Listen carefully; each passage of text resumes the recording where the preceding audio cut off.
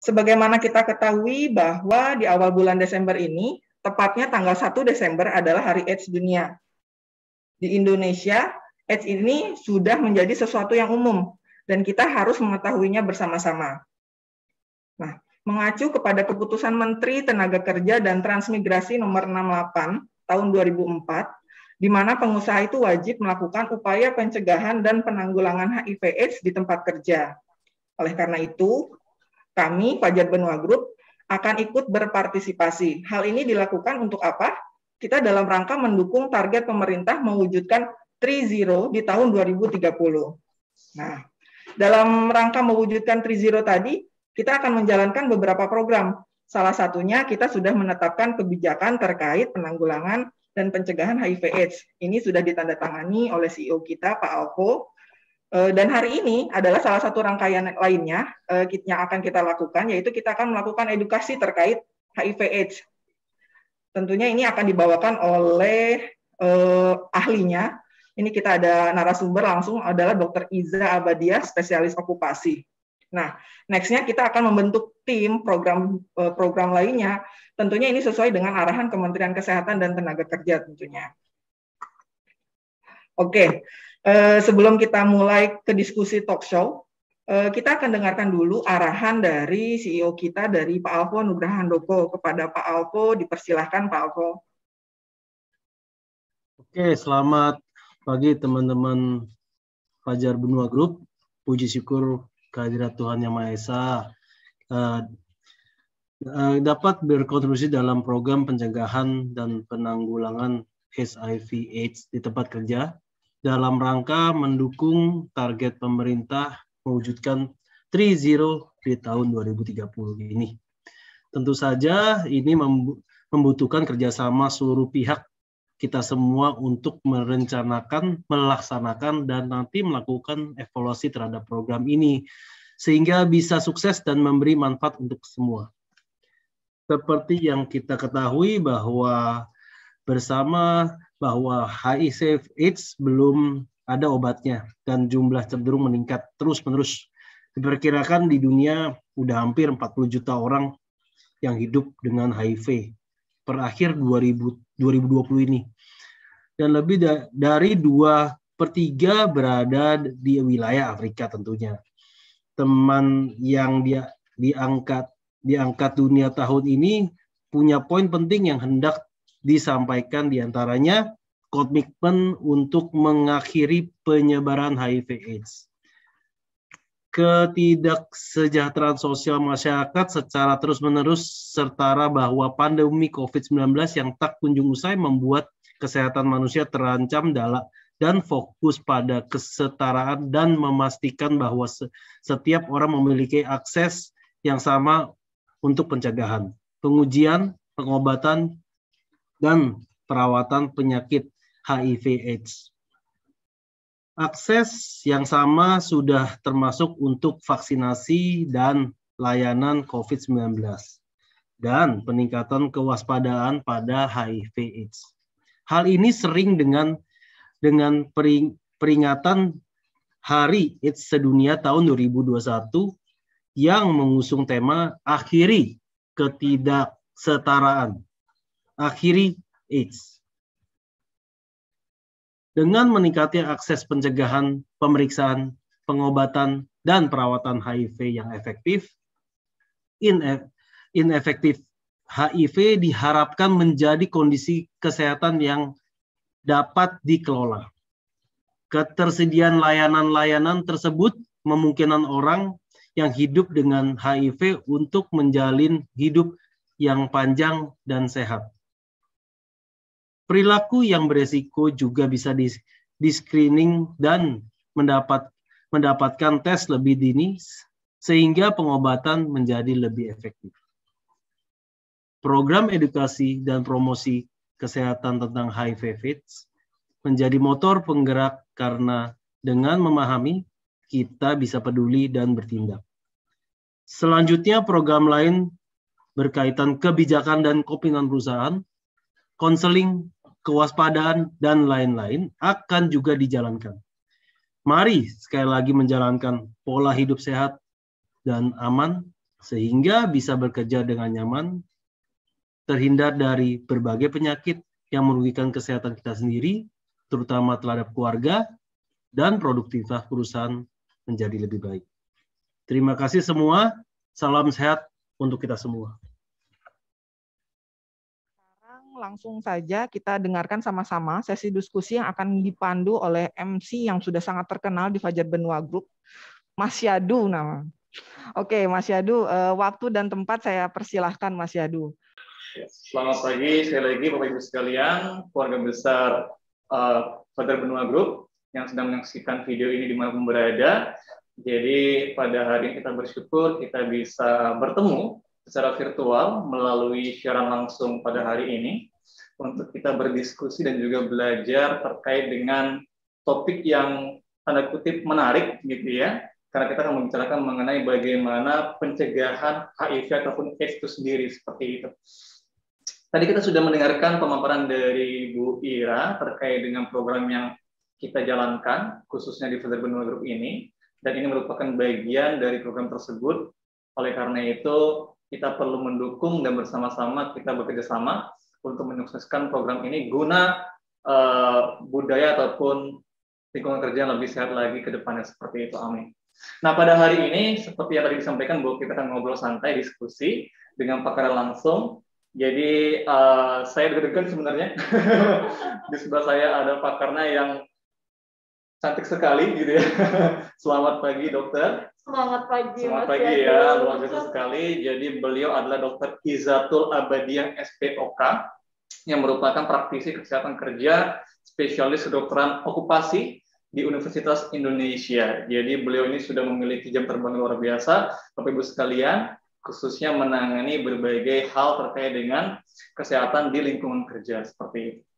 Jadi dokter, terima kasih sudah meluangkan waktunya untuk sharing di sesi ini, dan kita akan mungkin ingin tanya-tanya nih terkait dengan beberapa hal perihal HIV/AIDS itu sendiri, gitu dok ya. Jadi berkenan bisa berbagi dengan kami sambil ngobrol santai, dan juga tidak lupa untuk Bapak Ibu yang nanti kepo, pengen bertanya, ingin tahu lebih lanjut, jangan khawatir, silakan langsung sampaikan pertanyaannya di kolom komentar Workplace, karena kita akan langsung, nanti saya akan bacakan pertanyaannya kepada beliau Dr. Izza, seperti itu ya. Baik dokter, kalau kita bicara HIV ataupun AIDS, mungkin banyak bertanya-tanya nih ya, apa sih bedanya HIV dan AIDS? Mungkin boleh dijelaskan dok. Iya, baik. Sebelum saya jawab pertanyaan dari Mas Yadu, saya ingin nyapa dulu. Boleh, silakan. Semangat pagi semuanya, salam sehat dan selamat untuk sahabat Fajar Benua Group, dimanapun berada gitu ya. Untuk HIV/AIDS ini memang sebenarnya masih hangat ya, Mas Yadu ya, karena baru 1 Desember kemarin kita peringati Hari AIDS dunia gitu ya. Nah, untuk kita bisa terlibat dalam programnya, mensukseskan program ini di Fajar Benua Group, tentu saja kita harus kenal dulu dong, gitu kan. HIV kenal itu maka tak sayang gitu. Itu dia. Tapi untuk kali ini bukan tak sayang. Tak kenal maka tak bisa mencegahnya, gitu ya. Oke, baik. Jadi kita harus bedain dulu nih apa itu HIV dan apa itu AIDS. Jadi HIV itu adalah Human Immunodeficiency Virus. Ya. Jadi HIV itu adalah virus yang menyerang sistem kekebalan tubuh manusia. Baik. Gitu. Sedangkan AIDS itu adalah Acquired Immunodeficiency Syndrome. Sindrom itu adalah kumpulan tanda dan gejala. Yang disebabkan oleh penurunan atau bahkan hilangnya sistem kekebalan tubuh dikarenakan infeksi dari HIV.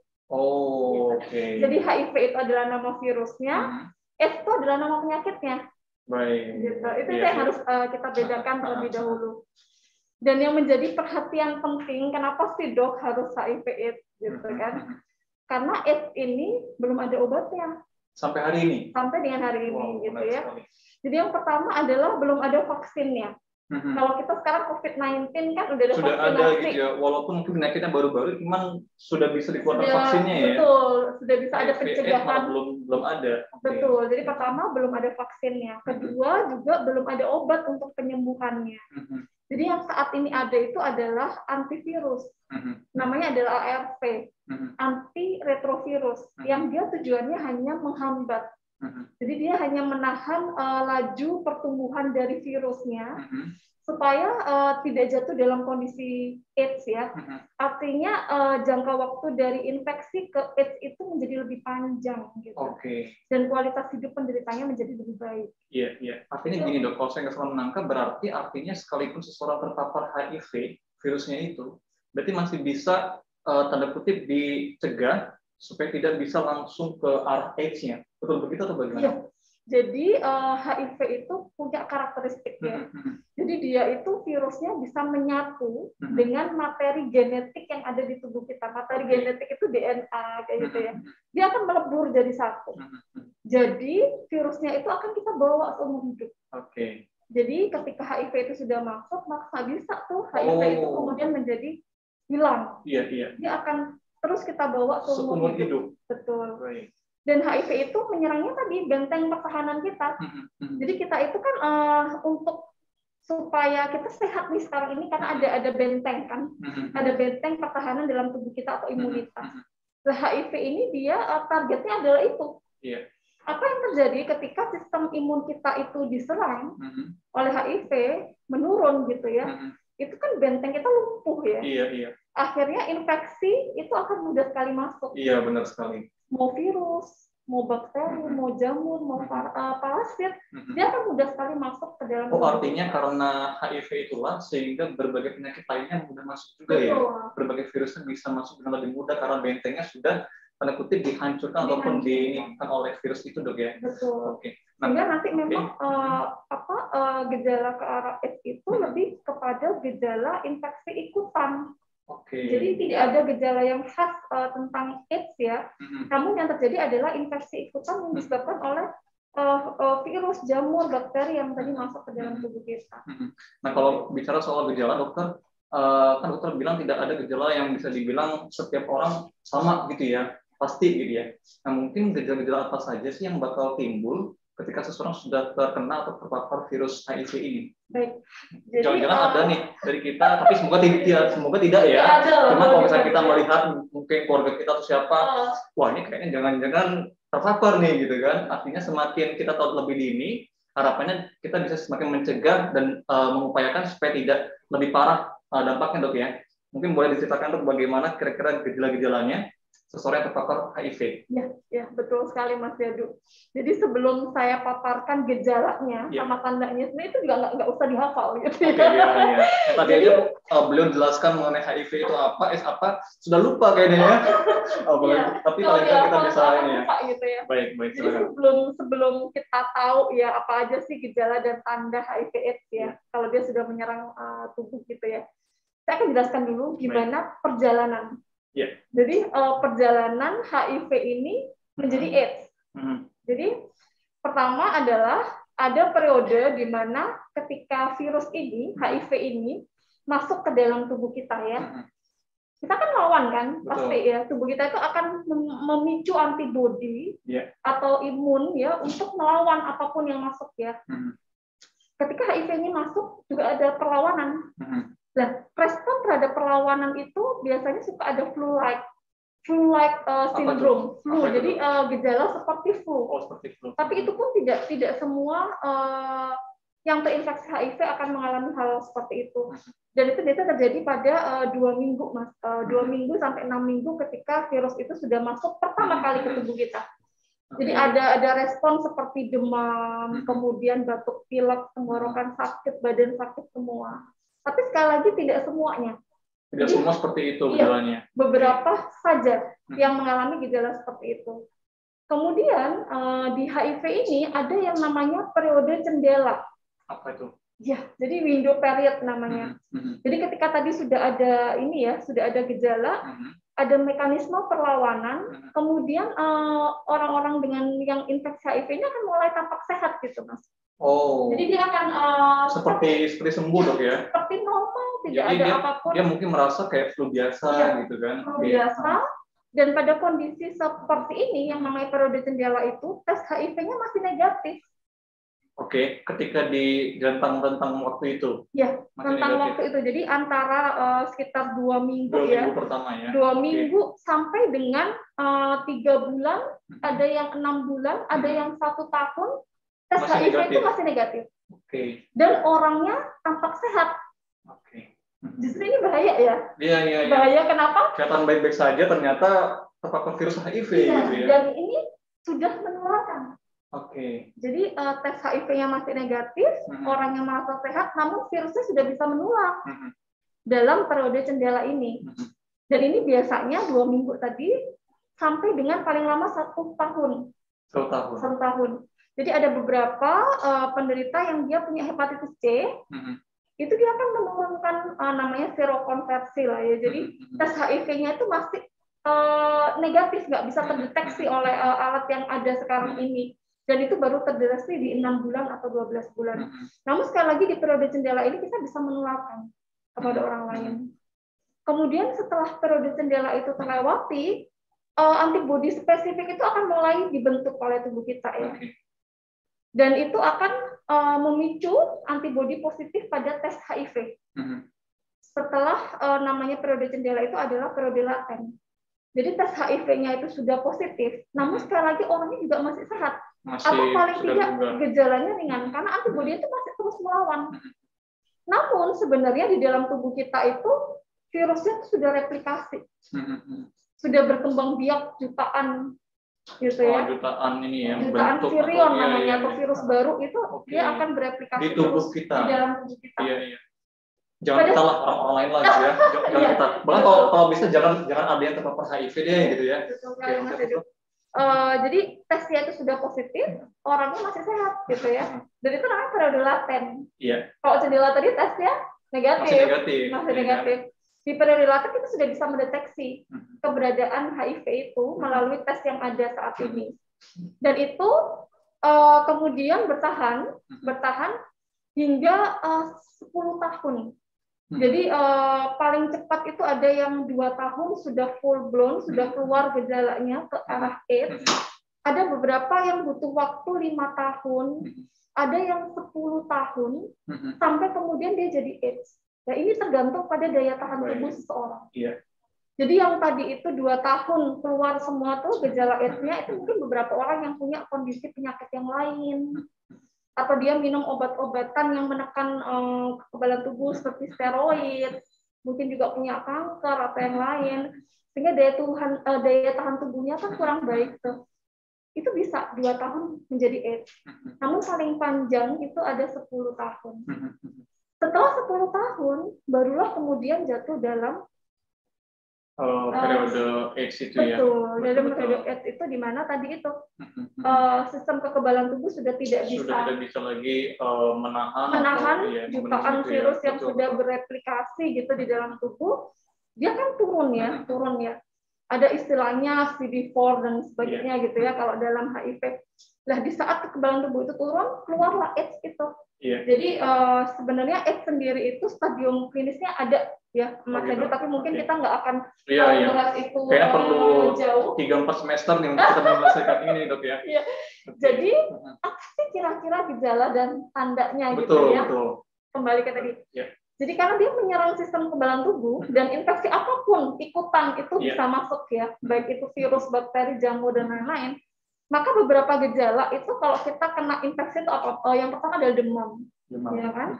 Ada respon tubuh namanya panas, dingin gitu ya, demam, meriang. Itu bisa terjadi terus menerus gitu ya, nggak sembuh lebih dari 1 bulan. Jadi mungkin kita minum paracetamol gitu ya, turun panas lagi gitu ya, minum obat turun panas lagi. Kita nggak tahu sebabnya apa, diobatin masih terus panas. Itu lebih dari 1 bulan. Itu yang pertama. Kemudian yang kedua, kalau dia menyerang saluran nafas, berarti ada sesak, ada batuk. Sekarang ini apalagi dengan adanya pandemi COVID. Gitu ya, kok kayak mirip-mirip Dok misalnya ya. Jadi mirip-mirip gitu ya. Mirip-mirip ya. Demam, kemudian sesak nafas, gitu kan. Ini bisa HIV, bisa juga COVID, gitu kan. Tapi semoga cuma flu biasa ya. Iya, betul sekali. Terus. Jadi yang kedua itu adalah batuk yang terus-menerus. Mas, jadi sama periodenya lama gitu ya, lebih dari 1 bulan, kita perlu curiga, kok batuk saya nggak sembuh-sembuh ya. Kemudian yang ketiga, kalau kena saluran pencernaan, diare gitu. Jadi cenderung keluhannya juga saya kok diare terus ya dok. Jadi kayaknya sudah berhenti sehari 2 hari, besok diare lagi. Sudah saya obatin diare lagi gitu ya. Jadi itu yang ketiga. Jadi sudah ada demam, ada batuk, kemudian ada diare. Kemudian yang keempat, ada penurunan berat badan yang drastis. Jadi bukan karena diet ya. Jadi kalau misalnya kita punya berat badan 60 kilo, itu dia turun lebih dari 10%. 10% dari 60 kilo kan 6 kilo ya. Jadi 1 bulan itu kita turun dari 60 ke 54 tanpa sebab yang jelas. Tanpa ada program diet ya. Tanpa adanya jadi program diet. Jadi semua kalau misalkan tiba-tiba turun karena memang diet ya jangan khawatir gitu ya. Gue jangan nih HIV gitu kan, bukan ya. Jadi memang bukan sengaja untuk menurunkan berat badan gitu ya. Jadi dia memang turun gitu ya secara drastis dalam 1-3 bulan itu lebih dari 10%. Itu yang kemudian keempat ya. Kemudian juga jamur tadi ya, ada infeksi jamur. Jadi yang khas juga itu bukan hati, yang sering itu terjadi adalah sariawan gitu ya, putih semua gitu di mulut, di tenggorokan, yang terus-menerus berulang ya. Jadi sembuh muncul lagi dan makin banyak gitu. Kalau sariawan normal mungkin hanya 1-2 gitu ya. Kalau pada AIDS dia bisa putih semua sampai kesulitan untuk makan atau menelan gitu. Ini disebabkan karena infeksi jamur tadi, dan sekali lagi karena kekebalan tubuhnya nggak bisa melawan. Jadi makin banyak gitu. Itu gejala yang lain ya Mas ya, ada infeksi jamur. Kemudian juga ada mekanisme kadang kalau kita ada infeksi itu suka namanya kalau orang Jawa bilang kelanjuran, tahu ya. Jadi kelenjar getah bening ya, atau limpa gitu ya. Biasanya kan ada tuh untuk benteng pertahanan kita. Tuh kalau kita tenggorokan sakit kan suka ada geranjel di sini ya, membesar. Itu sebagai mekanisme pertahanan sebenarnya. Ada sakit di telinga, keluar cairan di sini agak-agak ini tuh agak-agak membesar ya. Atau infeksi di daerah perut, di selangkangan kita agak membesar. Nah itu semua kelenjar getah bening itu akan membesar. Karena memang sistem kekebalan tubuh kita berusaha untuk melawannya gitu kan ya. Iya, berusaha untuk melawan. Dokter, sebenarnya saya itu sudah banyak pertanyaan nih gitu ya. Ini menarik sekali, cuma karena dokter menjelaskan dengan ini sehingga oke lah, saya coba dengarkan dulu ya. Nah, ini dok. Tadi dokter kan bilang bagaimana gejala-gejalanya gitu ya. Ya kan yang muncul cuma setiap orang berbeda-beda gitu. Nah, mungkin orang akan bertanya-tanya, bagaimana sih cara HIV ini bisa menularkan? Artinya seseorang tertular HIV itu karena apa, gitu kan? Sehingga dari situ kita bisa mengerti bahwa kita bisa mencegahnya dengan menghindari, ya kan, pintu-pintu masuk HIV ini ke dalam tubuh kita. Gitu dok. Boleh jelaskan dok? Betul sekali ya. Jadi sahabat Fajar Benua Group, tadi seperti yang saya sampaikan di awal banget ya, bahwasannya memang AIDS ini kan belum ada obatnya. Betul. Sehingga apa yang menjadi poin penting adalah pencegahan. Betul ya. Jadi untuk segala macam penyakit yang memang belum ada obatnya, maka actionnya itu yang paling utama adalah kita mencegah dong, supaya tidak kemudian tertular gitu. Nah, kita perlu tahu nih karakter si HIV ini ya. Syukurlah gitu ya, kalau COVID-19 kan gampang banget ya untuk nular ya. Kita berhadapan-hadapan, bicara tanpa masker, ada droplet yang keluar gitu ya. Beberapa terakhir airborne ya, beberapa partikel kecil itu akan melayang di udara lebih lama dan bisa terhirup oleh kita. Itulah kenapa kita pakai masker sekarang ya. Betul sekali. Untuk mencegah itu, bagus sekalian. Oke, silakan. Jadi kalau COVID-19 itu gampang banget lah. Untungnya HIV ini tidak semudah itu gitu ya. Jadi HIV ini adalah bloodborne patogen gitu ya. Jadi dia menularnya adalah terutama lewat darah. Ya, dan cairan tubuh yang lain. Cairan tubuh yang lain itu adalah cairan vagina, kemudian cairan sperma, dan juga ASI. Jadi 4 itu. Darah, cairan sperma, cairan vagina, dan ASI. Dengan kita tahu media penularannya ini, kita sudah bisa kebayang kira-kira menularnya lewat apa. Iya. Sudah kebayang belum nih? Kalau saya masih susah membayangkan nih kayaknya. Jadi belum cukup ini nih. Belum cukup profesional dalam hal ini. Makanya Bapak Ibu yang sudah tahu jawabannya mungkinnya bisa kasih di kolom komentar. Dok, kita lupa juga menyampaikan bahwa ada hadiah menarik untuk Bapak Ibu Sobat Veter Benua dimanapun berada yang mau bertanya, karena kita akan berikan 3 hadiah untuk 3 penanya terbaik, Dok ya.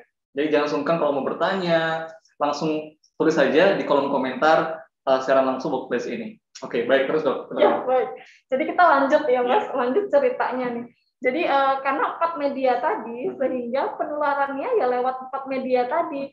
Jadi kalau darah berarti 1 ya, misal penasun namanya ya, penasun itu adalah pengguna nafsa suntik. Jadi orang-orang yang menggunakan narkoba dengan jarum suntik, yang jarum suntiknya itu nggak steril dan dipakainya bergantian. Kalau jarum kan otomatis dia nembus ya, pembuluh darah ya. Kemudian dipakai oleh orang lain. Nah, ini kan ada media di mana darah itu bisa masuk ke jarum suntik. Jadi itu bisa untuk menularkan yang pertama. Kemudian yang kedua bisa dari produk-produk darah yang terkontaminasi, seperti misalnya kalau orang dapat transfusi darah atau donor organ. Itu kan bisa banget karena kan medianya adalah darah. Namun untuk saat ini sudah ada tes penapisan, Mas Yadu, sudah ada screening untuk HIV dan aman gitu ya untuk transfusi saat ini ataupun untuk donor organ saat ini. Dan yang paling banyak 70% itu adalah hubungan seksual. Hubungan seksual yang tidak aman. Gitu. Kenapa? Karena kalau pada hubungan seksual itu kan pasti ada perlukaan ya, walaupun mungkin mikro ya, di mukosa atau di kulit gitu. Dan itu bisa menjadi entry-nya virus melalui aktivitas itu ya. Aktivitas itu. Dan tadi yang saya bilang bahwa banyak juga di cairan sperma dan cairan vagina. Jadi virus HIV-nya banyak di situ. Sehingga memang 70% HIV/AIDS ini ditularkan melalui hubungan seksual yang tidak aman. Itu yang perlu sahabat pada benua ketahui gitu ya. Betul. Dan yang terakhir tadi saya bilang ASI ya. Iya benar. Jadi atau penularan yang dibilang adalah vertikal dari ibu ke bayi. Kenapa bisa begitu? Jadi kalau ibu ke bayi itu bisa lewat mulai hamil, kemudian melahirkan hingga menyusui. Jadi pada proses kehamilan itu kan ada plasenta ya, ada ari-ari ya, yang menghubungkan bayi dengan ibunya, sehingga virusnya bisa masuk lewat situ. Kemudian yang kedua pada saat proses persalinan. Terutama persalinan yang normal, karena pasti banyak perlukaan ya, sehingga virus dari HIV ibunya bisa masuk ke bayinya. Oh, dalam kasus ini berarti si ibu sudah terpapar HIV? Betul. Jadi bukan karena belum terpapar? Bukan.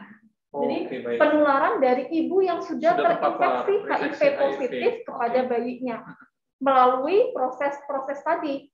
Jadi bisa tertular saat kehamilan, bisa saat persalinan, melahirkan, dan menyusui. Sehingga itulah kenapa ASI itu menjadi media penularan HIV pada si anak. Gitu ya. Ibu yang positif. Namun yang perlu diketahui Mas Yadu, tidak 100%. Artinya tidak 100% ibu yang terinfeksi HIV positif, bayinya pasti positif. Positif juga. Tidak 100%. Kok bisa gitu dong? Gimana? Coba. Jadi kalau misalnya dari data penelitian yang ada itu dibilang bahwa transmisi dari ibu yang positif ke bayinya itu hanya sekitar 25 hingga 30%. Paling tinggi di penelitian itu dikatakan 50% lah ya. Jadi setengah-setengah bahwa HIV positif, bayinya itu juga akan positif. Nah ini yang kemudian pemerintah itu juga memberikan titik tekan nih pada program pencegahan namanya PPIA. Jadi program pencegahan HIV/AIDS ibu ke anak. Jadi ternyata ketika ibu terinfeksi HIV positif dan tahu dari awal, itulah sebabnya kenapa pada ibu hamil sekarang ini tuh hampir semua di screening untuk HIV positif, terutama untuk daerah-daerah yang epideminya meluas seperti di Papua, itu pasti akan dites. Karena ketika kita ketahui sejak dini bahwa ibu ini HIV positif, akan ada PPIA tadi yang dilakukan di fasilitas kesehatan. Di antaranya adalah ibu itu akan mengkonsumsi obat-obatan antivirus yang saya sebut tadi, ARV. Kemudian nanti bayinya juga setelah dilahirkan juga demikian ya. Dan itu ternyata bisa menurunkan resiko untuk transmisi penularan dari yang angkanya tadi hampir 50% ke kurang dari 2%. Jadi itulah pentingnya juga bahwa sekali lagi walaupun tidak ada obatnya, namun ARV ini sedemikian rupa saat ini tuh sudah modern, sudah canggih ya, sudah dikembangkan oleh peneliti dan itu bisa mampu untuk memperpanjang gitu ya, memperpanjang tadi siklus dari HIV ke AIDS ya, ke AIDS-nya, dan beberapa orang yang sudah jatuh ke kondisi AIDS juga survival rate-nya menjadi lebih panjang gitu. Jadi kalau misalnya secara data ini Mas Yadu, dari separuh yang terinfeksi HIV, kemudian separuhnya jadi AIDS selama 10 tahun, itu sebenarnya tanpa ARV 3 tahun sudah meninggal gitu ya. Karena semakin parah dan dari tubuhnya sudah nggak kuat menahan virusnya. Gitu ya. Jadi dengan ARV ini bisa lebih panjang, hingga sampai 5 tahun. Bahkan saat ini itu beberapa data itu menunjukkan ada yang bisa bertahan sampai 16 tahun seperti itu. Itu jika obatnya tidak putus ya, untuk terus diberikan. Dok, menarik. Tadi kan dokter menyebutkan Papua adalah tempat yang penyebaran cukup tinggi, Dok ya. Kalau dari data, Dok, di Indonesia sendiri itu bagaimana ya perkembangan virus HIV AIDS ini sendiri? Ya, pertanyaan yang bagus ya, Mas Yadu. Jadi kita perlu ini sih, kira-kira kenapa sih harus jadi program wajib gitu ya. Betul. Di tempat kerja? Betul. Yang pertama tadi saya sampaikan sekali lagi bahwa belum ada obatnya, belum ada vaksinnya, sehingga jalan satu-satunya adalah pencegahan. Kemudian yang kedua, jumlah kasus nih, ya kita bahas tadi yang ditanyakan Mas Yadu adalah jumlah kasus untuk HIV/AIDS. Secara dunia ya, secara dunia Mas Yadu, biar kita ada gambaran ya untuk rekan-rekan. Secara dunia itu sampai akhir 2019, ya akhir 2020, kemarin dari data UN, United Nations ya untuk HIV/AIDS itu 40 juta. 40 juta orang yang terpapar untuk populasi dunia ya, yang terinfeksi HIV. Wow. Dan 40 juta itu 60% lebih ada di Afrika. Gitu. Dan di Asia Tenggara itu 10%. 10% berarti kalau sekitar 40 juta berarti 40 juta ya. 40 juta di Asia Tenggara, dan di Indonesia 13%. Jadi sekitar 500 ribu ya, atau setengah juta. Dan itu memang data di akhir 2020 kemarin dari yang namanya SIHA, Mas, Yadu ya, SIHA Kementerian Kesehatan. SIHA itu memang Kementerian Kesehatan itu sudah bikin sistem informasi yang sudah dibuild khusus untuk HIV/AIDS. Dan datanya di akhir 2020 kemarin adalah setengah juta kira-kira. Itu bisa diakses oleh semua orang dong? Bisa ya? Ya, itu adalah angka kumulatif untuk HIV/AIDS, bukan angka pertambahan untuk infeksi ya, beda. Itu ada angka kumulatif untuk HIV/AIDS. Dan yang paling banyak untuk kasus AIDS-nya itu di Indonesia adalah Papua yang pertama. Papua, kemudian yang kedua adalah Jawa Timur, kemudian yang ketiga adalah DKI Jakarta, kemudian Jawa Tengah dan Bali. Itu yang paling banyak. Dan kalau dari data juga disebutkan bahwasannya 67% itu laki-laki yang banyak ya. 67% itu adalah laki-laki, sisanya perempuan. Dan yang terakhir kalau dari segi usia, lah ini juga penting, kenapa harus di tempat kerja sih, Dok, gitu. Karena memang ternyata dari data itu 70% lebih ada di usia produktif. Jadi di usia-usia kita nih, 25 sampai dengan 49 tahun itu 70% lebih. Itulah kenapa juga ini kan usia-usia produktif ya, usia-usia pekerja, sehingga itu perlu digalakkan di tempat kerja. Betul. Itulah kenapa makanya kita punya program itu kan sekarang. Karena bagaimanapun dengan program ini kita berharap pencegahan dilakukan lebih dini, Dok ya, supaya penyebaran virus tidak bisa menyebar dengan lebih luas lagi gitu kan. Dok, saya penasaran, Papua kenapa bisa tinggi? Apakah artinya karena aktivitas di sana mungkin bebas, bukan begitu mungkin ya, atau karena apa, Dok? Iya. Jadi kalau misalnya ditanya kenapa tinggi, tadi kita lihat dari mekanisme bagaimana itu menular dan menyebar ya. Bahwa yang paling banyak adalah hubungan seksual yang tidak aman. Betul. Nah itu mungkin menjadi poin penting gitu ya. Kenapa kemudian kasus itu menjadi banyak gitu ya di suatu daerah. Nah ini juga perlu mungkin ya menjadi bahasan kita pada hari ini. Nggak amannya itu seperti apa, Dok ya? Ini kan bukan satu hal yang bukan lagi tabu ya sebenarnya ya, kita harus tahu, dan pendidikan seksual itu juga sejak usia dini juga sudah harus disampaikan ya oleh orang tua ke anak, oleh guru ke anak, supaya kita tahu gitu ya. Nah itulah kenapa di AIDS itu juga ada slogan ya, ada slogan untuk mencegah itu ABCDE gitu. Kalau teman-teman tahu ya, ABCD itu sebenarnya berdasarkan pada mekanisme pencegahan tadi ya. A-nya itu abstinen kan. A-nya itu abstinen, absen terhadap seks gitu ya. Absen terhadap seks yang bagaimana, yang tidak aman bagi yang belum menikah, seperti itu ya. Saya sudah menikah, Dok, syukurnya. Semoga aman ya. Nah, teman, ini untuk pelajaran untuk semuanya. Jadi kadang-kadang begini, Dok, kadang-kadang, maaf saya potong, Dok ya, kadang-kadang ketika kita membicarakan hal-hal edukasi terkait seksual ataupun hal-hal semacam itu, orang justru malah blocking gitu ya, padahal itu penting gitu kan, karena untuk menghindari kita dari berbagai macam penyakit termasuk HIV/AIDS ini gitu kan. Jadi Bapak Ibu sekalian, ayo kita samakan dulu pola pikir yang positif, mudah-mudahan dengan kita belajar ini, bukan kita malah, wah ini jorok nih gitu kan, tapi justru malah kita belajar untuk mencegah terjadinya penularan HIV/AIDS ini. Ya. Oke, monggo Dok, silakan. Ya.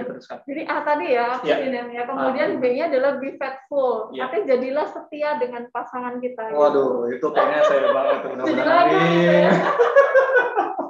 Jadi kenapa harus setia, ya?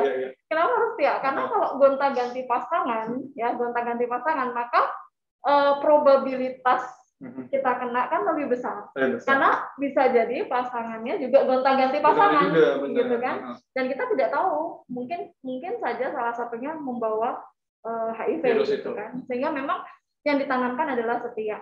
Kemudian yang ketiga adalah C ya, C itu adalah kondom use gitu. Jadi kalaupun berperilaku seksual maka harus menggunakan kondom.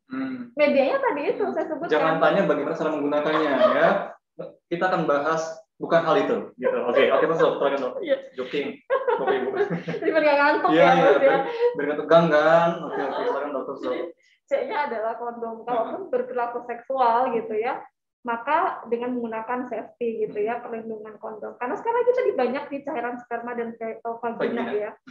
Kemudian D-nya itu adalah drugs ya, narkoba. Ya, jadi kalau misalnya menggunakannya. Iya, terutama yang jarum suntik ya, atau apapun lah ya, karena kalau orang sudah mencoba, mungkin dia akan, katanya kan kalau jarum suntik dia akan lebih ini ya, karena masuk ke pembuluh darah, lebih betul-betul berefek dan membawa dia ya ngerasa happy. Sebenarnya semua itu ilusi Dok ya. Betul ya. Oke, terus Dok. Jadi termasuk juga aktivitas seperti tato ya, atau tindik, kita juga harus pastikan bahwa jarum itu steril. Itu juga yang sering kita ke tukang cukur nih, gitu ya. Itu bekas ternyata orang lain ya. Padahal itu harus disterilisasi karena kita nggak tahu pada saat aktivitas itu mungkin ada perlukaan. Jadi gimana caranya menular itu HIV itu ada 4 sebenarnya ya, ESSE gitu. Jadi harus ada jalan masuk dan harus ada jalan keluar. Gitu. Jadi ketika kulit kita itu intak, utuh gitu ya, kena alat cukur nggak masalah. Tapi kalau misalnya ada perlukaan tuh, kita nggak tahu, namanya mikrolesi ya, kecil banget kita nggak tahu. Tapi sebenarnya ada tuh luka, ada lecet, kayak kita misalnya ada apa ya, kayak apa tuh, kayak gitu kan kita nggak tahu ya. Jadi pada saat aktivitas mencukur atau tindik kan kemungkinan ada perlukaan di situ. Dan kalau jarumnya tidak disterilkan dengan baik, itu bisa menularkan juga. HIV-nya kan virusnya bisa ditularkan lewat media itu. Dan yang terakhir adalah edukasi. Seperti yang kita lakukan sekarang ini. Karena kalau kita tahu gitu ya, kalau kita kenal, maka pasti kita jadi aware. Jadi takut nih buat yang nggak aman tuh, ya kan? Jadi yang terbiasa nggak aman, udah deh stop saja, karena tadi itu Dok ya, bahayanya sangat mengerikan sekali lah efeknya. Iya. Dan ini memang sekali lagi mungkin di Papua juga kalau dari poinnya adalah dari hubungan seksual yang tidak aman ya. Dan sekali lagi mungkin memang edukasinya harus terus digencarkan di sana gitu. Kebanyakan orang itu karena tidak tahu. Sehingga terkena gitu kan. Tapi kalau misalnya tahu, oh iya harus pakai kondom nih, oh nggak boleh ganti-ganti pasangan nih gitu kan. orang akan melakukan cenderung melakukan aktivitas positif itu kan ya untuk ini, untuk melindungi dirinya gitu. Jadi itu bagian A, B, C, D, E ya? A, B, C, D, E. Oke, mungkin nanti akan ditambahkan sampai Z ya, tunggu sesi berikutnya gitu ya. Oke dokter, by the way di sini sudah banyak banget pertanyaan dari rekan-rekan Sobat Fajar Benua ya. Yang pertama itu dari Bu, siapa namanya ini, Bu Karin. Beliau bertanya gitu kan, walaupun tadi mungkin sudah disinggung, mungkin penegasan singkat dokter, kan kita bisa ini ya, bisa mencoba untuk memperpanjang dari HIV ke AIDS itu kan, dengan obat-obatan tadi itu kan. Cuma pertanyaannya, bisa nggak nanti ujung-ujungnya sembuh total? Iya. Jadi kembali ke tadi ya, Mas Yadu, bahwasannya obat-obatan itu antivirus gitu ya, jadi antiretrovirus, yang dia tujuannya adalah menahan laju dari perkembangbiakan si virus ini. Jadi kalau misalnya harusnya dia multiple gitu, banyak gitu ya, direm supaya jumlahnya nggak sebanyak itu. Ketika jumlah virusnya nggak terlalu banyak, kan daya tahan tubuh kita masih bisa melawan gitu ya, sehingga jalan menuju ke AIDS ini bisa lebih panjang. Jadi yang harusnya mungkin 5 tahun sudah full blown keluar semua, dia bisa lebih panjang 10 tahun. Tapi suatu saat bisa jadi AIDS gitu. Jadi tetap ini perjalanan ini akan terus berjalan sampai ke AIDS, dan obat ini itu hanya untuk memperlambat gitu. Artinya konsumsi obat rutin, bukan cuma sekali. Bukan. Gitu. Jadi obat-obatan antivirus itu harus dikonsumsi setiap hari dan seumur hidup gitu. Nah ini juga yang menjadi tantangan. Kadang kebosanan kayak gitu ya, harus minum obat terus dan apa, ini akhirnya membuat kondisi menjadi memburuk gitu ya. Tapi kalau misalnya bisa tanpa putus konsisten terus gitu ya, saya bilang tadi bahwa ada harapan hidup yang lebih panjang gitu untuk penderita. Tapi kesimpulannya nggak bisa sembuh total, nggak bisa. Jadi tadi saya bilang bahwa virusnya itu sudah menyatu dengan materi. Jadi dia itu akan menyerang materi genetik ya, dan dia akan menyatu dengan DNA kita. Dan itu akan dibawa terus oleh seumur hidup gitu ya, oleh yang terinfeksi. Oke. Nah, kesimpulannya adalah satu, tentunya seumur hidup nggak bisa sembuh total, tetapi kita bisa memperpanjang supaya tadi itu dok ya, memperpanjang usia hidup dan juga harapan kita bisa beraktivitas dengan normal dok ya. Nah, tadi kan dokter di awal sudah bicara soal gejala dok, soal gejala kemudian penularannya gitu kan. Artinya kan kita semua sudah mulai ini ya, sudah mulai aware dok ya, ketika ada mungkin beberapa gejala yang kita alami. Nah itu kira-kira baiknya bagaimana dok? Apakah langsung ke puskesmas atau bagaimana cara untuk kita mengetahui ini AIDS bukannya apa, HIV bukannya gitu kan? Itu bagaimana dok? Ya, good question Pak. Jadi sekali lagi ya, tadi yang apa namanya, tambahan memperlambat tadi ya. Betul. Memperlambat tadi dengan ART. Satu lagi adalah dengan kita mengetahui lebih dini, itu juga angka survivalnya lebih tinggi. Kenapa? Kalau kita mengetahui pada saat kita masih periode infeksi HIV, belum AIDS, maka ini lebih panjang. Tapi kalau kita mengetahui sudah dalam kondisi AIDS, itu harapannya juga nggak sebaik pada saat kita di awal gitu ya. Karena kalau sudah AIDS kan sudah keluar semua kan. Betul. Kita udah sakit macam-macam nih. Udah sakit macam-macam. Jadi obat ARV-nya itu hanya memperbaiki kualitas hidup dari penderita itu. Gitu ya. Kalau misalnya sudah dalam kondisi AIDS. Untuk itulah kenapa tes itu harus dilakukan sedini mungkin. Jadi gejala tadi adalah tes HIV. Jadi gejala-gejala yang tadi saya paparkan ya, ada apa, demam, ada batuk lama, ada penurunan berat badan, diare terus-terusan, ada sariawan berulang gitu kan. Nah, ketika kita ada gejala seperti itu ya, atau kita adalah populasi yang beresiko. Ini kalau di HIV ada namanya populasi resiko dan ada namanya populasi kunci. Itu gimana tuh? Ya. Jadi kira-kira siapa sih yang harus di screening gitu ya, harus menjalani tes HIV lebih awal, sehingga kemudian kita bisa tahu lebih awal dan harapan hidup kita akan jadi panjang gitu ya. Kalau misalnya ternyata hasilnya itu adalah positif gitu. Lah populasi beresiko itu diantaranya ada 4 ya, Mas Dadu dan rekan-rekan sekalian, adalah lelaki seks dengan lelaki atau istilahnya adalah LSL gitu. Kemudian tadi betul. Kemudian penasun yang pakai nafas suntik tadi, kemudian transgender, kemudian penjajah seks. Itu adalah 4 populasi beresiko yang sangat-sangat dianjurkan untuk melakukan tes HIV. Dan ada populasi kunci namanya. Populasi kunci itu juga sangat disarankan untuk melakukan tes HIV. Itu diantaranya adalah ibu hamil tadi ya, ibu hamil, kemudian pasien-pasien yang punya TBC, radang paru, TBC, kemudian punya hepatitis, punya infeksi menular seksual lainnya. Jadi seperti misalnya kalau rekan-rekan mungkin pernah dengar ada kencing nanah ya, atau gonore, ada sifilis, ada singa, gitu. Jadi ada punya infeksi menular selain HIV/AIDS, itu juga sangat-sangat dianjurkan untuk melakukan tes HIV. Lah, tesnya di mana, Dok? Nah, iya. Itu juga menjadi hal yang setelah ini bakal rame nih, bakal tes nih gitu kan? Atau mungkin dari Bu Ira nanti bakal buka tes HIV gitu kan? Iya. Oke, silakan, Dok. Jadi tes HIV itu lewat sampel darah. Jadi sama seperti kita misalnya mau cek darah lengkap gitu ya, mau cek fungsi liver itu sama. Jadi diambilnya dari darah gitu ya, dari pembuluh darah. Dan tes HIV itu memang ada kekhususan. Jadi pemerintah sudah tahu lah ya, dunia sudah tahu bahwa kita tidak boleh ada stigma, tidak boleh ada diskriminasi ya terhadap penderita HIV/AIDS gitu kan. Sehingga untuk tes HIV ini spesial ya, bukan spesial pakai telur. Iya. Jadi kayak beli martabak kan juga. Lapar ya Mas. Iya. Jadi spesialnya itu harus ada konseling, harus ada konseling pra-tes sebelum tes. Kemudian tes dan ada konseling lagi pasca tes. Tujuannya apa? Ketika di pra-tes itu akan diberikan informasi bahwa tes ini sifatnya rahasia.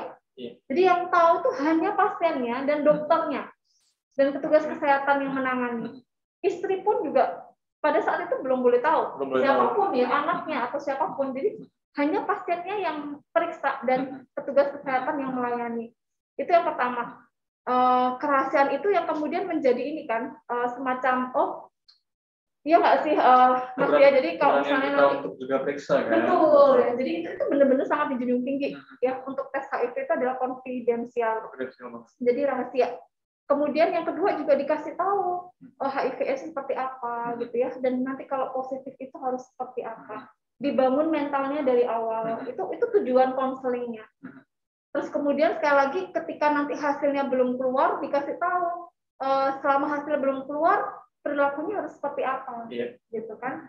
Kalau hubungan seks ya pakai kondom dulu lah, gitu kan? Atau yang lain-lain lah. Jadi itu dikasih konseling dulu sebelum tes, kemudian baru ada persetujuan tertulis, ada inform consent yang harus ditandatangani oleh pasiennya dan kemudian dilakukan tes HIV. Dan tesnya itu melalui darah, gitu ya, dan bisa dilakukan di istilahnya itu VCT, jadi voluntary counseling test gitu ya. Voluntary itu kan berarti sukarela ya, jadi nggak boleh dipaksa. Ini juga menjadi hal yang sangat penting. Jadi tes HIV itu harus benar-benar sukarela ya. Volunteer. Dan untuk seperti ini perusahaan ya, pemberi kerja, itu yang menjadi poin penting bahwa tes HIV itu juga tidak boleh menjadi syarat rekrutmen pegawai. Nggak boleh kemudian pegawai itu perusahaan itu meminta harus ada tes HIV nih supaya itu sudah ada aturan, Dok ya? Sudah ada. Jadi semua perusahaan di Indonesia nggak boleh memakai syarat itu. Iya. Jadi itu mungkin belum kita bahas ya, bahwa regulasi yang ada di negara kita seperti apa, di dunia seperti apa. Mungkin setelah ini ya Mas Yadid. Jadi yang pertama adalah bahwa tes HIV itu tidak boleh menjadi syarat rekrutmen untuk diterimanya seorang karyawan. Kemudian yang kedua adalah tidak boleh juga digunakan sebagai evaluasi kelaikan kerja atau fit to work assessment kayak gitu ya, bahwa karyawan ini HIV positif nih, nggak like nih kerja ini gitu ya. Jadi tetap evaluasi kelaikan kerja dari karyawan yang HIV/AIDS positif itu harus berdasarkan evaluasi oleh dokter ya. Seperti saya misalnya SPOK ya, itu akan melihat apakah kondisi medisnya saat ini itu masih mampu melakukan pekerjaan itu. Kalau masih mampu, why not gitu. Dia harus tetap bekerja. Itu yang kedua ya. Kemudian persetujuan tertulis, rahasia, dan harus ada konseling. Tempatnya adalah VCT tadi. VCT itu di mana? Nanti mungkin rekan-rekan Fajar Benoa Group ya di klinik gitu ya. Nanti bisa menghubungi VCT, itu layanannya sudah tersebar tuh. Semakin banyak di seluruh Indonesia. mulai dari fasilitas kesehatan tingkat primer, puskesmas, itu juga sudah banyak yang untuk VCT HIV/AIDS, sampai dengan rumah sakit rujukan khusus untuk HIV/AIDS. Jadi kita bisa melakukan tes itu secara gratis, gitu ya, secara gratis. Dan sekali lagi konfidensial gitu, jadi jangan khawatir gitu. Dan perusahaan bisa melakukan kerjasama supaya VCT itu bisa lebih mudah untuk smooth gitu ya dijalankan oleh pekerjanya. Dan itu satu-satunya cara untuk kita bisa tahu pasti bahwa HIV positif. Jadi kalau gejala tadi kan hanya kecurigaan ya, curiga-curiga aja gitu ya, jangan sampai kemudian itu positif nggak boleh. Jadi positif diagnosanya itu harus, jadi kalau misalnya COVID-19 kan PCR ya, gold standar tentunya kan PCR. Kalau HIV ini harus tes HIV, tes antibodinya. Jadi macam-macam sih, ada rapid test, ada pakai ELISA macam-macam ya. Nanti di fasilitas kesehatan itu akan dilakukan step-stepnya apa saja. Dan itu nggak sekali dilakukan, Mas Edu, itu beberapa kali dilakukan. Karena, bukan cuma sekali langsung keluar positif enggak ya? Karena saya bilang tadi kan ada periode jendela, ada periode laten. Kalau misalnya datang nih penderitanya dalam periode jendela negatif, udah ini negatif AIDS nih, padahal ternyata dia dalam periode jendela gitu kan. Sehingga tesnya itu diulang. Jadi dalam 6 minggu, 3 bulan, 6 bulan. Dan menunggu waktu dulu ya? Iya, durasi. Makanya itu pentingnya konseling kan. Iya. Karena selama itu harus benar-benar dijaga supaya dia nggak menularkan HIV/AIDS kalau misalnya positif kepada orang lain gitu. Dan sekali lagi adalah ketika ditemukan lebih awal, maka angka untuk survivalnya penderita itu akan jauh lebih tinggi gitu ya. Jauh lebih tinggi. Itulah kenapa harus dilakukan sedini mungkin. Kalau kita ada dalam populasi resiko, populasi kunci, kemudian ada gejala yang mengarah ke arah sana. Gitu. Jadi itu Bapak Ibu semuanya, bagaimana sebenarnya untuk kita tes HIV itu bukan sesuatu yang mengerikan, tapi memang untuk kita mencegah penularan lebih besar lagi. Dan kalaupun, tapi semoga jangan gitu kan, kalaupun kita terpapar virus itu, mudah-mudahan dengan mengetahui lebih dini kita bisa memperpanjang usia hidup tuh ya, gitu ya. Dan nanti kita akan mungkin kupas di beberapa pertanyaan berikutnya terkait bagaimana sih kebijakan di perusahaan dan juga dan lain-lainnya. Tapi Dok, ini pertanyaan sudah numpuk nih, gitu ya. Mungkin saya coba bacakan dulu supaya saya nggak di demo sama teman-teman nanti kan, ketika nggak bacakan pertanyaannya gitu ya. Ini ada pertanyaan dari Pak Indrawan. Nah, apakah penderita HIV bisa hidup normal seperti menikah dan punya anak? Jawabannya bisa. Oke. Jawabannya bisa gitu ya. Jadi memang di negara kita memang belum banyak ya orang yang menjalani konseling pranikah, ya nggak sih Mas ya? Betul. Padahal sebenarnya itu penting banget, gitu, penting banget ya. Sebelum menikah itu kita konseling. Konseling pranikah itu nanti ada beberapa tes yang dianjurkan untuk pasangan ya, baik yang pria ataupun yang wanita. Di antaranya salah satunya ada tes HIV gitu. Dengan kita mengetahui dari awal kan bisa sama-sama ini ya. Betul. Dan sampai kemudian terjadi sesuatu setelah menikah gitu kan ya. Kemudian kalau misalnya itu disepakati ya, pasangan kita bisa menerima kita apa adanya gitu ya. Jadi ini nih. Artinya kalau misalkan nanti sebelum menikah atau positif, waduh jangan-jangan pisah gitu kan. Tapi ada juga mungkin ya Mas yang bisa menerima itu. Betul. Bisa menerima itu dengan pasangannya positif. Apakah kemudian boleh menikah ya silakan gitu ya. Itu kembali ke pasangannya. Tidak ada aturan yang kemudian tidak boleh menikahi begitu ya. Positif. Jadi boleh. Dan kemudian sekali lagi ada konselingnya kan. Bagaimana kemudian melakukan misalnya hubungan seksual yang aman selama pernikahan dan sebagainya. Boleh punya anak boleh ya. Saya bilang tadi kan ibu yang positif tidak selalu 100% bayinya positif. Saya bilang tadi bahwasannya transmisinya itu kan paling tinggi 50%. Kebanyakan 25-30%. Jadi kalau misalnya ada 10 ibu hamil yang positif, kalau 30% berarti 3 kan yang bayinya positif gitu kan. Nah, kalau dia pakai ARV, ibunya pakai ARV rutin sesuai anjuran dokter, saya sampaikan tadi bahwa itu bisa turun sampai kurang dari 2%. Betul. Gitu. Artinya tetap bisa punya anak, cuman ada prosedur-prosedur yang harus dilakukan tadi ya. Minum obat ARV tadi itu dan lain-lain gitu. Jadi menyusui juga ada beberapa yang menganjurkan untuk formula gitu. Jadi nggak pakai ASI. Ada caranya sih untuk kemudian bayi kita tetap HIV-nya negatif walaupun ibunya adalah infeksi positif. Nah dok, mungkin kita bisa mulai singgung nih. Ini kan dokter bilang VCT ya. Jadi kita bisa melakukan tes itu di tempat-tempat yang tadi itu kan VCT itu, termasuk juga di perusahaan tempat kerja. Nah mungkin bisa disinggung dok, kira-kira seperti apa baiknya kebijakan yang diambil oleh perusahaan terkait dengan pencegahan HIV di lingkungan kerja? Ya kan, apakah harus menerapkan apa gitu kan? Mungkin bisa dijelaskan. Ya. Jadi mungkin yang pertama saya sampaikan dulu adalah regulasinya ya. Jadi historinya itu sebenarnya AIDS itu pertama kali ditemukan itu tahun 83. Tahun 83. Kemudian di Indonesia itu pertama kali muncul 87. Jadi 4 tahun kemudian. Dan pertama kasusnya itu di Bali. Tapi bukan warga negara Indonesia, ya warga negara Belanda gitu ya. Setelah kemunculan itu, AIDS itu sudah langsung tuh ada deklarasi dari UN. Kemudian turun lagi ASEAN juga membuat deklarasi bagaimana penanggulangan untuk HIV/AIDS. Dan untuk negara kita juga peraturan presiden ada. Dari Kementerian Kesehatan dan Kementerian Tenaga Kerja juga ada ya. Dari Permenkes itu semua sudah diatur Mas, bagaimana konseling dan tes untuk HIV.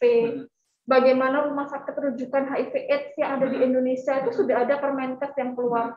Dan yang terbaru yang tahun 2020 itu Permenkes itu sudah ada rencana aksi nasional namanya RAN ya. Rencana aksi nasional untuk tahun 2020 hingga 2024 untuk pencegahan dan pengendalian HIV/AIDS di Indonesia. Dan itu adalah targetnya itu di 2030 seperti yang disampaikan oleh Bu Ira, yang disampaikan oleh Kak Alvo ya, bahwasannya adalah 3-0 di 2030. Jadi 3-0 itu apa? Adalah 0 kasus baru. Kumulatif mungkin kadang tadi 500 juta kayak banyak ya, karena itu mungkin ART-nya sudah baik banget kan sekarang di di puskesmas itu sudah ada semua, sehingga harapan hidupnya kan lebih panjang, sehingga memang kasusnya masih kelihatan tampak banyak gitu ya, tapi infeksi barunya sudah berkurang, pertambahan infeksi barunya, dan itu diharapkan kita nanti 10 tahun ke depan, kalau sampai 2021 itu kira-kira 9 tahun ke depan diharapkan sudah ending gitu ya. Epidemi AIDS itu sudah ending gitu. Yaitu kasus baru nggak ada, kematian karena AIDS nggak ada, dan 0 untuk diskriminasi terhadap AIDS gitu. Dan Permenaker juga tadi bagaimana di tempat kerja, keputusan Permenaker itu sudah lahir semua ya aturannya, bagaimana kita membuat program pencegahan dan pengendalian HIV/AIDS di tempat kerja. Karena memang pekerja itu 8 jam di tempat kerja ya. Kalau kita 24 jam itu sepertiganya itu di tempat kerja. Jadi kenapa program itu juga harusnya itu akan efektif gitu ya. Dilakukan di tempat kerja. Betul, di tempat kerja. Jadi petunjuk teknis pelaksanaannya pun sudah ada di aturan. Kira-kira isinya adalah yang pertama ya, kalau kita ingin menjalankan program itu di tempat kerja, maka harus ada payung hukum, payung kebijakan dari manajemen perusahaan. Kenapa harus seperti itu? Kenapa harus ada payung kebijakan sih di internal? Karena itu satu bukti komitmen dari pemberi kerja untuk pekerjaannya gitu ya. Dari pucuk pimpinan, dari top manajemennya, sehingga itu program nanti bisa jalan smooth gitu kan, dan dilakukan oleh semua komponen yang ada di perusahaan. Jadi ketika tadi kebijakan sudah lahir nih di Fajar Benua Group, kita sosialisasikan dan laksanakan gitu ya. Itu yang pertama adalah kebijakan. Kemudian yang kedua adalah yang penting, yang tadi Pak Alfu bilang adalah motor penggeraknya itu adalah edukasi, promosi seperti yang kita lakukan. Kita lakukan ini gitu. Iya gitu. Jadi ini memang menjadi prevention ya, pencegahan primer gitu ya. Bagaimana kita bisa terus melakukan edukasi. Jadi kalau kita punya sarana seperti ini ya, podcast dan lain-lain ya, health talk gitu ya, kita bisa susun dalam 1 tahun ke depan.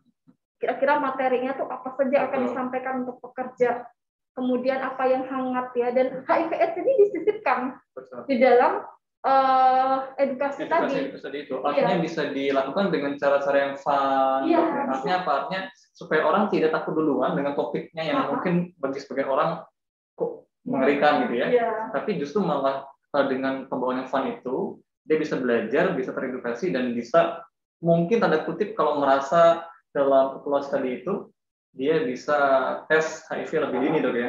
Iya, betul. Ya, dan saya yakin pasti bisa ya. Yes. Ada Mas Yadu gitu di sini ya. Gitu. Ada kita semua lah. Ada semua ini baik. ya.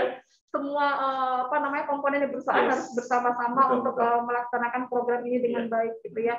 Dan ada awarding juga kan, sampai pemerintah juga ada penghargaan tinggi ya yang disampaikan oleh Kementerian Tenaga Kerja secara langsung untuk perusahaan yang memang berkontribusi besar dalam program ini. Jadi ada kategori platinum, gold dan sebagainya yang bisa dicapai oleh perusahaan apabila dan semoga Fajar Benua Group menjadi salah satunya. Amin. Amin ya. Amin. Oke, baik. Jadi itu kemudian yang tadi ada kebijakan, yang kedua adalah edukasi, kemudian yang ketiga adalah perlindungan terhadap pekerja yang misal nanti ya ada bukan di sini lah ya, mungkin HIV positif gitu ya. Kita berikan perlindungan, diantaranya adalah bagaimana pelayanan kesehatan kerja, poliklinik atau entah apapun itu ya, yang ada di perusahaan itu menunjang untuk itu. Diantaranya adalah ketika nanti ada, berarti kita siap untuk konseling nih. Jadi pekerja itu bisa konseling ke poliklinik, menyampaikan, saya ini nih. Dan kita jamin kerahasiaannya, gitu kan. Dan kalau misalnya belum memadai untuk tes HIV, nggak usah berkecil hati juga gitu ya, karena memang kan perlu pelatihan, reagen dan sebagainya ya.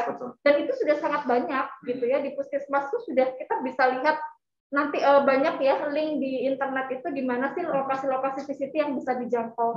Dan itu bisa dilakukan rujukan dari poliklinik perusahaan atau VCT tadi, dan bisa dilakukan kerjasama. Dan tetap konfidensial harus jadi utama ya. Iya, pasti, dan itu sudah wajib harus gitu ya. Dan nanti dari VCT itu akan di puskesmas misalnya ya, nanti mana yang kemudian perlu dirujuk ke rumah sakit. Di antaranya adalah yang stadiumnya sudah stadium 3 atau 4. Kalau stadiumnya masih awal akan dirawat di puskesmas. Jadi puskesmas sekarang itu sudah lengkap, tes HIV sudah ada, obatnya juga sudah lengkap, ARV-nya sudah ada. Itu karena tadi pemerintah ingin menggapai ya, mencapai target ending untuk AIDS di 2030. Iya, baik. Kemudian yang penting lagi adalah Mas Yadu, protokol K3 gitu.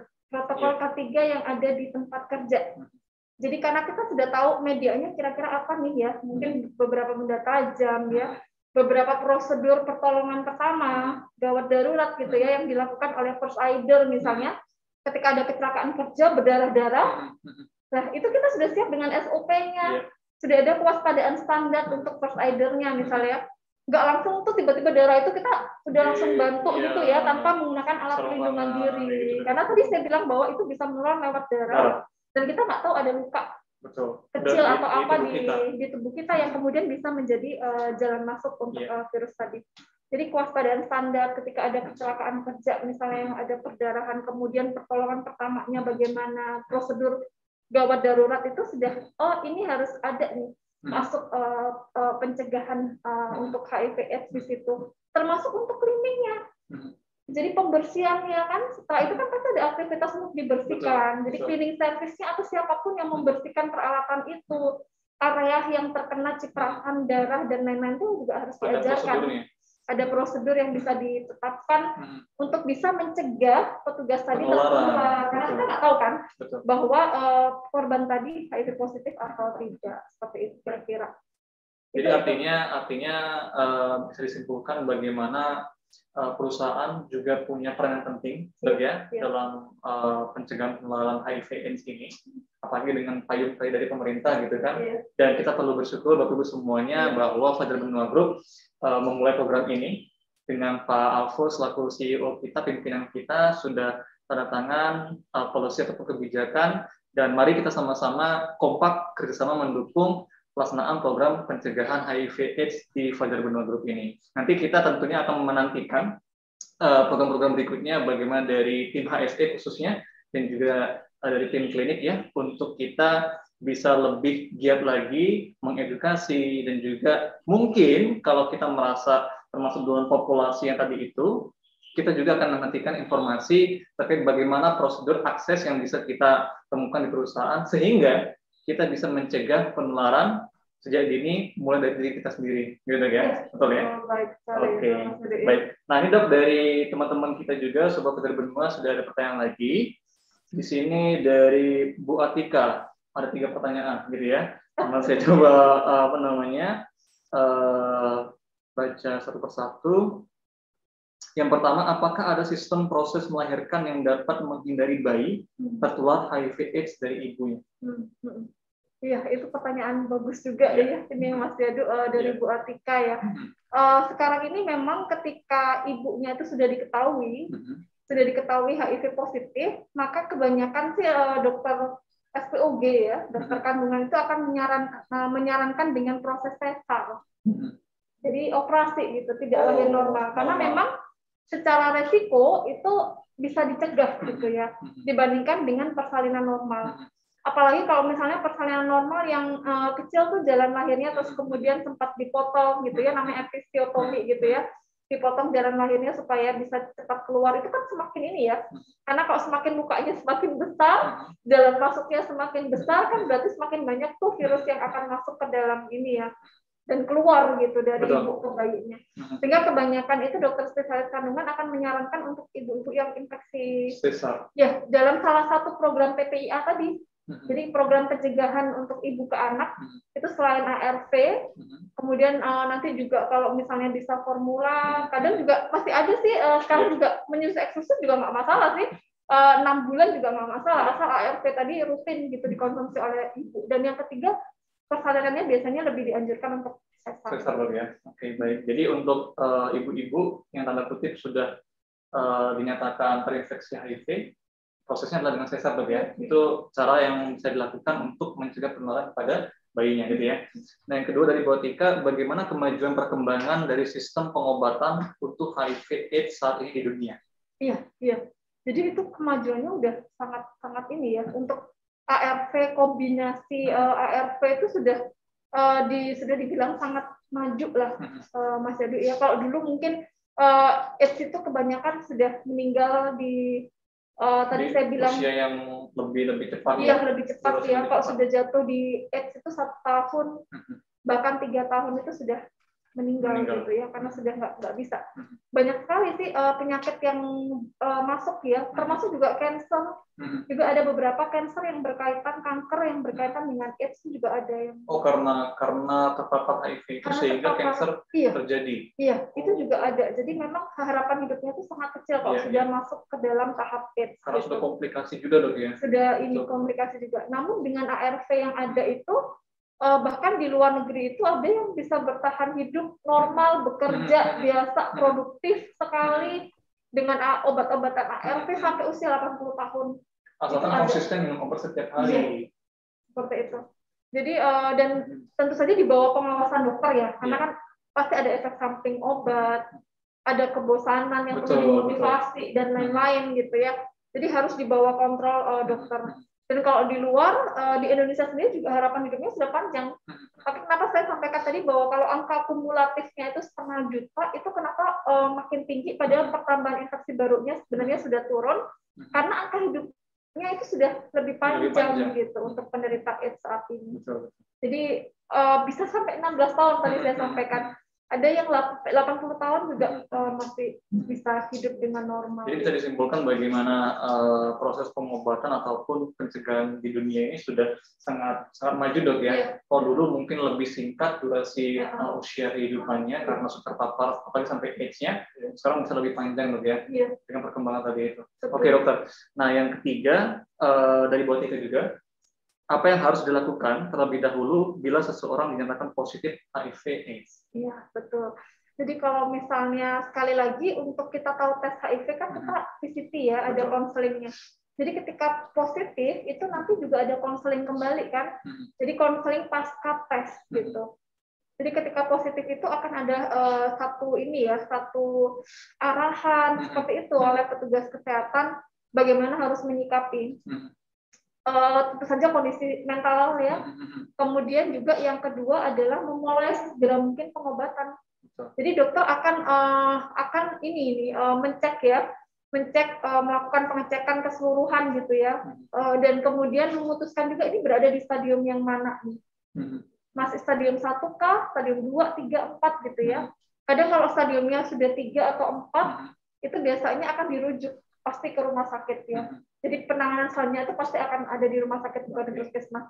Tapi kalau masih awal stadium 1-2 itu akan ditangani di VCT yang di primer gitu ya, yang di puskesmas. Jadi sekali lagi ketika positif itu adalah konseling, akan dibangun gitu ya mentalnya, memotivasi ya untuk tetap bersemangat gitu ya.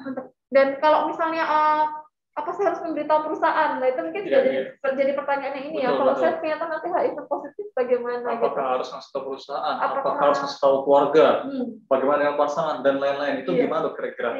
Itu nanti semuanya akan ada di konseling itu ya. Jadi memang tenaga diarahkan. Jadi tenaga konseling itu ada tenaga yang benar-benar terlatih. Jadi ada pelatihan khusus ya untuk para konselor HIV/AIDS.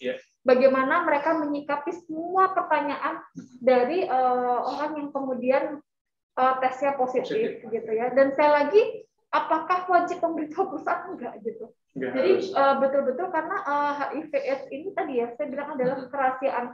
Jadi kalaupun tahu itu adalah atas persetujuan dari pasiennya. Artinya yang bersangkutan pun punya hak untuk tidak ngasih tahu ke siapapun. Termasuk maaf dok pasangannya juga. Iya. Jadi kalau misalnya ada persetujuan dari pasiennya, baru kita bisa lakukan itu. Dan yang kedua mungkin yang penting ya, walaupun tidak memberitahukan, pasti dalam proses konseling itu akan diberitahu kira-kira resiko apa ketika kita tidak memberitahukan misalnya ke pasangannya. Kemudian apa yang harus kita lakukan supaya kita tidak menularkan ke orang lain, itu pasti akan diberi konseling secara lengkap gitu ya. Bagaimana kita bisa menjaga perilaku kita untuk tidak menularkan. Karena dari data Mas Yadu, ketika orang tidak tahu minimal ya, tidak tahu status HIV-nya itu, dibilang dia akan 3 kali lebih menularkan dibandingkan orang yang sudah tahu status HIV-nya. Karena pasti ada dari pikiran kita kan tidak ingin untuk menularkan ya untuk orang lain. Gitu. Baik, jadi bahaya lebih tinggi dong ya. Oke dokter, terkait tadi itu kan yang bersangkutan punya hak untuk ngasih tahu ataupun nggak ngasih tahu siapapun gitu ya. Sebutlah kasusnya di sini si A dia positif dan tak bagaimana ya dia memutuskan untuk memberitahu, gitu ya. Akhirnya tersebarlah informasi, gitu kan. Ini mungkin sejalan dengan dekat-dekat sini apa? Dia jauhi penyakit. Dia pokoknya kagak makan sapi, gitu kan. telur dia makan. Sebutlah di perusahaan, bagaimana baiknya kita sebagai rekan kerja dan juga sebagai manajemen seperti itu untuk mengambil sikap terkait pada orang yang satu loyang kan bisa dia positif. Itu bagaimana baiknya dok? Jadi itu kembali ke satu hal ya, bahwa tidak boleh ada stigma, tidak boleh ada diskriminasi.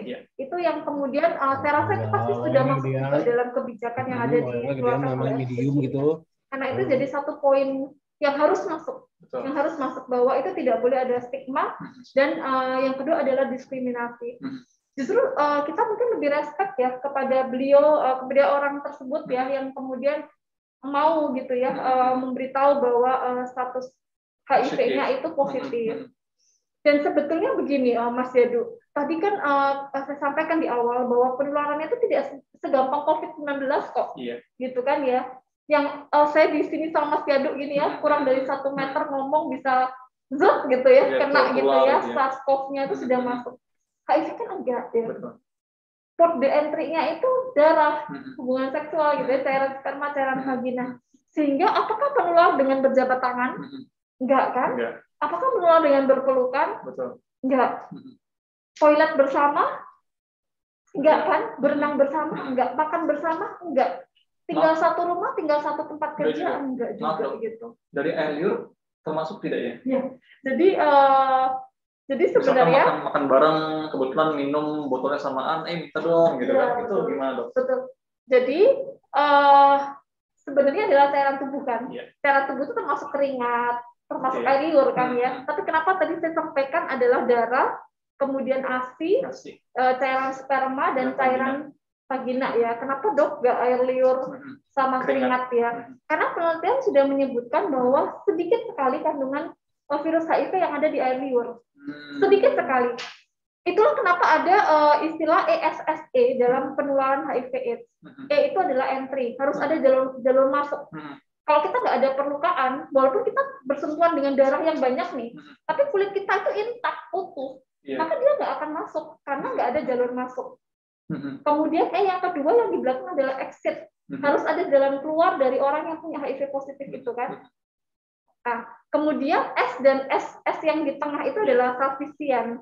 Jadi virusnya itu harus cukup untuk bisa menularkan. Dan di saliva itu kecil sekali, 0, sekian persen. Di keringat juga 0, sekian persen.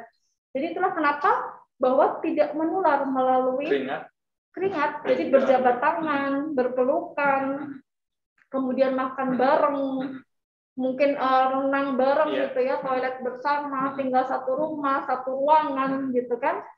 Atau kemudian seperti gigitan nyamuk ya, gigitan nyamuk atau batuk bersin enggak. Ya, artinya bisa disimpulkan bahwa sekali lagi jauhi penyakitnya, bukan orangnya gitu ya. Jadi itulah langkah ataupun cara yang bisa kita lakukan untuk tetap menjaga pikiran, tindakan positif kita di lingkungan kerja, khususnya bila ada rekan kerja kita yang ternyata positif HIV. Justru sebaliknya kita harus memberikan motivasi semangat gitu ya, semangat untuk rekan kita tadi untuk tetap bisa produktif gitu ya. Dan sekali lagi, apakah kemudian tidak boleh sebagai evaluasi ke rekan kerja ya, kemudian dikeluarkan di PHK gitu ya? Tidak boleh, itu sudah dilindungi oleh regulasi ya, bahwa tidak boleh kecuali dia berada dalam kondisi medis.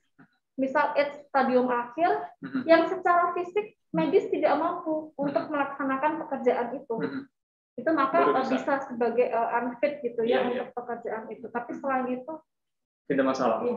Oke. Dokter, berikutnya ada pertanyaan dari Pak Ilham. Ini beliau bertanya, lebih bahaya mana dok, COVID-19 atau HIV gitu ya? Nah, kalau lebih bahaya HIV, kenapa kok orang-orang lebih takut sama COVID? Ini pertanyaannya tricky juga ya. Kalau dipikir benar juga, kenapa kita takut bukan sama COVID? Padahal HIV mungkin jawabannya lebih bahaya. Mungkin, tapi dokter boleh kasih statement kayak dari Pak langsung nih. Kalau saya ngomongan terus nggak percaya lagi. Oke, silakan dokter. Iya, luar biasa ya pertanyaannya. Saya yakin ini berarti belum pada ngantuk gitu ya. Pertanyaannya itu kritis. Masih gitu ya. melek semua nih. Oke, silakan dok. Ya, kalau ditanya bahaya mana gitu ya. Atau mungkin pertanyaannya milih mana, enggak ya? Enggak milih dong. Enggak milih dua-duanya. Masih mau sehat ya. Jadi kalau bahaya mana, tergantung kita lihat dari sisi apa ya. Kita lihat dari sisi apa.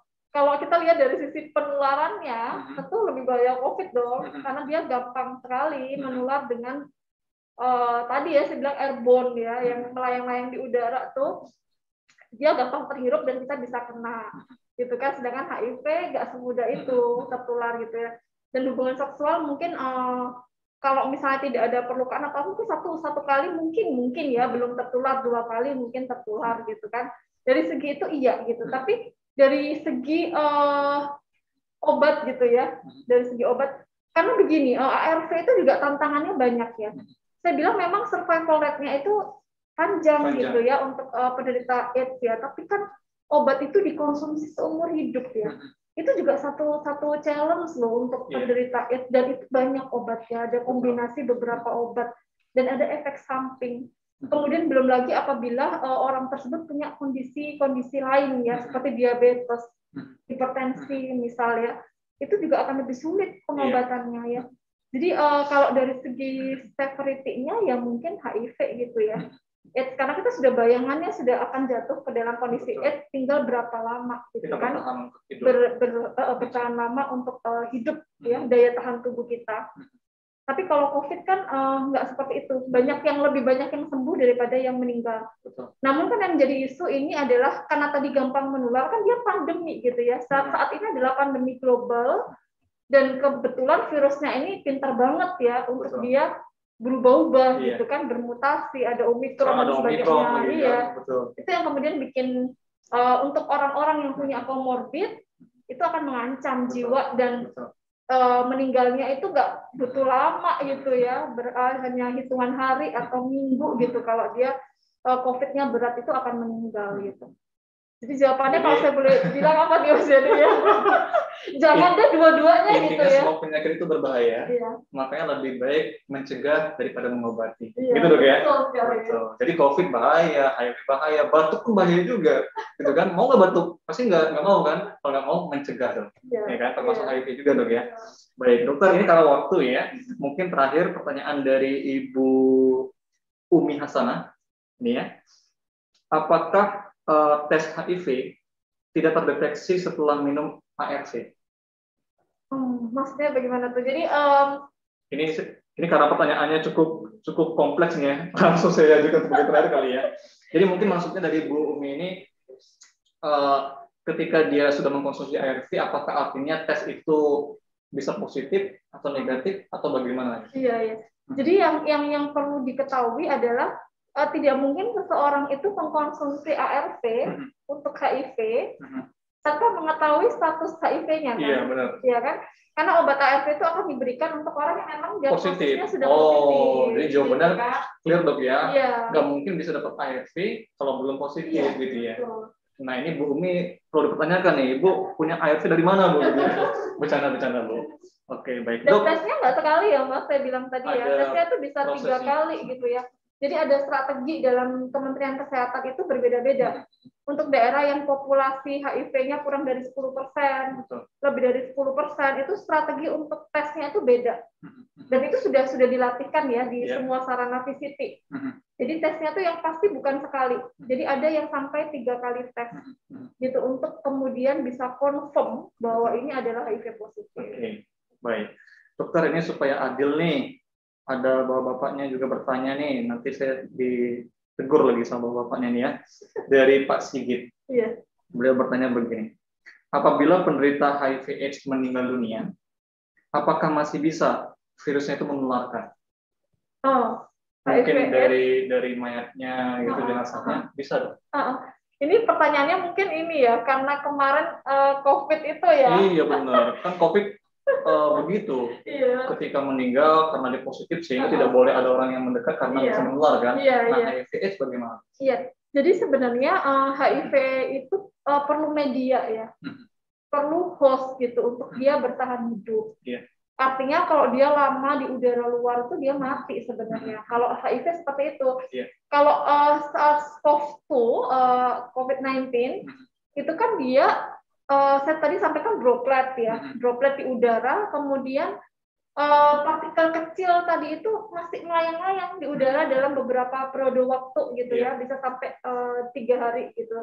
Sehingga kalaupun nggak keluar droplet, tapi sebelumnya itu ada orang yang bersin di situ, ada orang yang batuk di situ, terus kemudian kita nggak pakai masker, duduk di tempat yang sama, kehirup gitu ya. Kalau COVID kan seperti itu. Nah, HIV itu sebenarnya virusnya juga perlu host gitu. Perlu host untuk dia bisa survive. Makanya tadi media penularannya adalah ESSE. S-nya itu harus survive dan sufficient. Jadi harus dia itu virusnya hidup dan jumlahnya harus cukup. Gitu.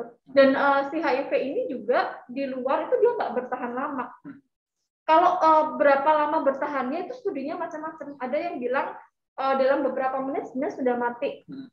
Ada yang menyampaikan bahwa bisa tuh bertahan hidup kalau jumlahnya cukup banyak di luar ya. Misal darah yang bekas kecelakaan kerja misalnya, kemudian kita sentuh, kira-kira kita bisa nggak sih? Itu masih bisa mungkin. Masih bisa mungkin. Nah kalau jenazah ya tergantung bagaimana perlakuan kita ke jenazah dong. Jadi kalau misalnya kita hanya memandikan, enggak ya. Kecuali jenazahnya itu mungkin kecelakaan atau berdarah gitu ya. Sekali lagi bisa diantisipasi juga dengan kita menggunakan alat pelindung diri yang benar gitu ya. Karena tadi tidak lewat ini ya kita pakai glove ya. Kemudian kita pakai overall gitu ya untuk APD gitu ya. Misal pada saat pemulasaran jenazah. Kalau hanya menyentuh apa ya? Enggak. Sekali lagi tidak. Ya. Jadi harus ada jalur masuk, jalur keluar. Jadi virusnya itu harus sufficient dan harus survive untuk virusnya. Jadi bisa dikatakan aman, asalnya kita mengerti tadi itu ya. Bagaimana cara kita memperlakukan terhadap jenazah itu. Gitu ya. Jadi mungkin satu lagi mungkin kewaspadaan standar juga ya. Kalau di fasilitas kesehatan wajib di rumah sakit itu wajib untuk ada SOP mengenai universal precaution. Universal precaution itu adalah kewaspadaan standar bagi petugas kesehatan supaya terhindar dari virus-virus yang bloodborne, virus seperti HIV/AIDS, hepatitis B dan C.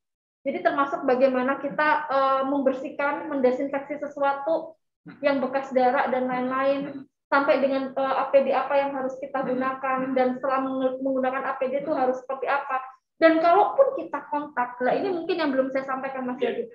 Kalaupun kita kemudian kontak nih dok, atau tertusuk jarum, tertusuk jarum bekas orang lain ya, seperti misalnya jarum suntik, misalnya petugas poliklinik nih lagi ngumpulin limbah medis ya, limbah medis, kemudian ketusuk, tiba-tiba ketusuk tuh jarum. Nah itu yang kemudian kira-kira apa yang harus dilakukan nih oleh petugas poliklinik, asal pekerja itu terpapar oleh darah pada saat kecelakaan kerja, lupa nggak pakai sarung tangan apa membantu gitu ya.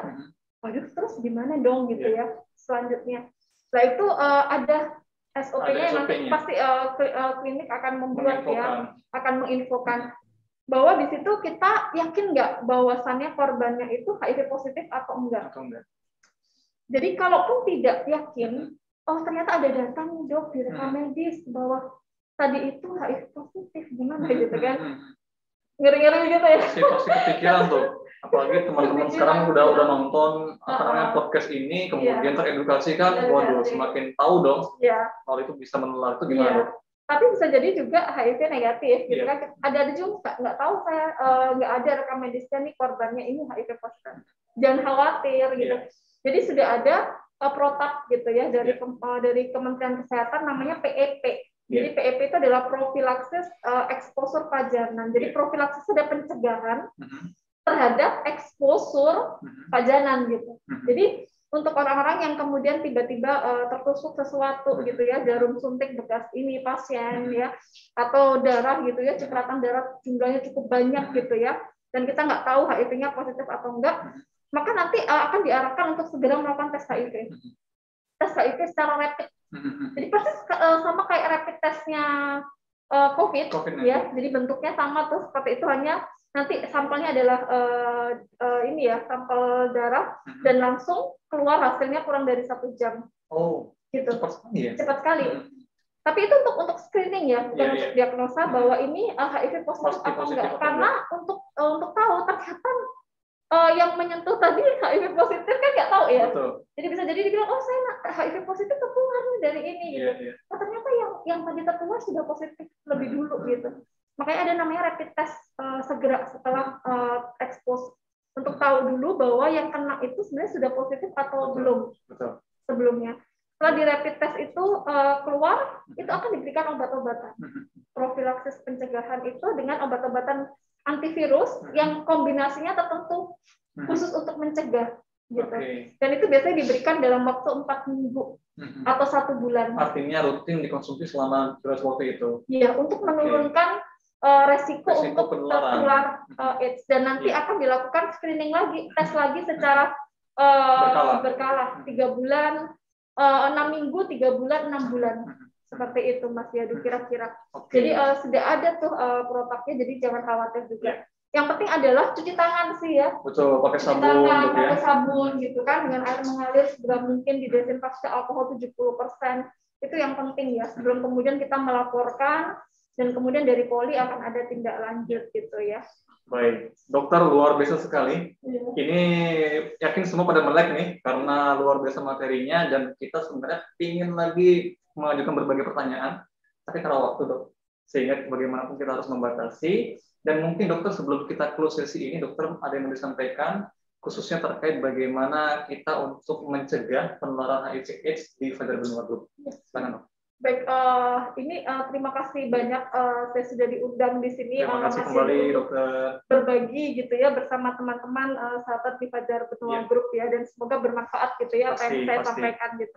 Sekali lagi bahwa jangan menjadikan, saya rasa sih sekarang ini Indonesia sudah nggak inilah ya, nggak ada stigmatisasi lah ya HIV ya. Sudah semakin teredukasi. Betul, karena kita tahu sebenarnya tadi ya faktornya itu macam-macam gitu ya, bisa jadi karena ini, bisa jadi karena itu gitu ya. Dan yang penting saat ini adalah bagaimana program ini bisa jalan ke depan ya. Paling tidak mungkin HSE mungkin akan mencanangkan dalam 1 tahun ke depan itu apa saja yang akan dilakukan, dan mengkombinasikan, mengintegrasikan ini ke dalam program yang lain.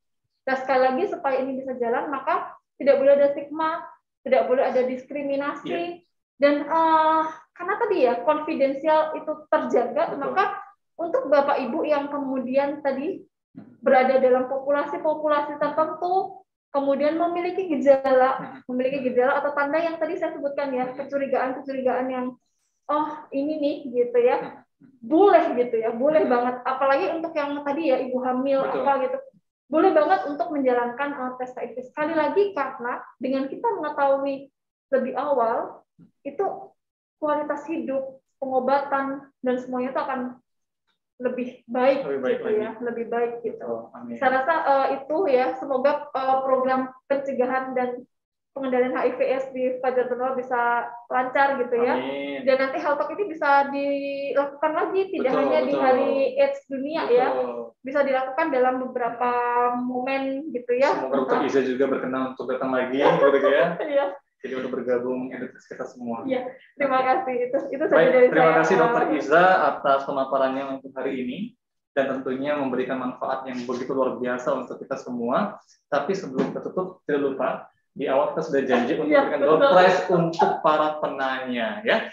Jadi yang pertama tadi ada Ibu Karin, kemudian ada Pak Indrawan, kemudian ada Bu Atika, Pak Ilham, Bu Umi Asanah, dan Pak Sigit Wibowo. Jadi selamat untuk 5 penanyanya. Nanti untuk hadiah bisa diambil di tim HSE HRD. Jadi untuk para penanya, selamat sekali lagi untuk door prize-nya.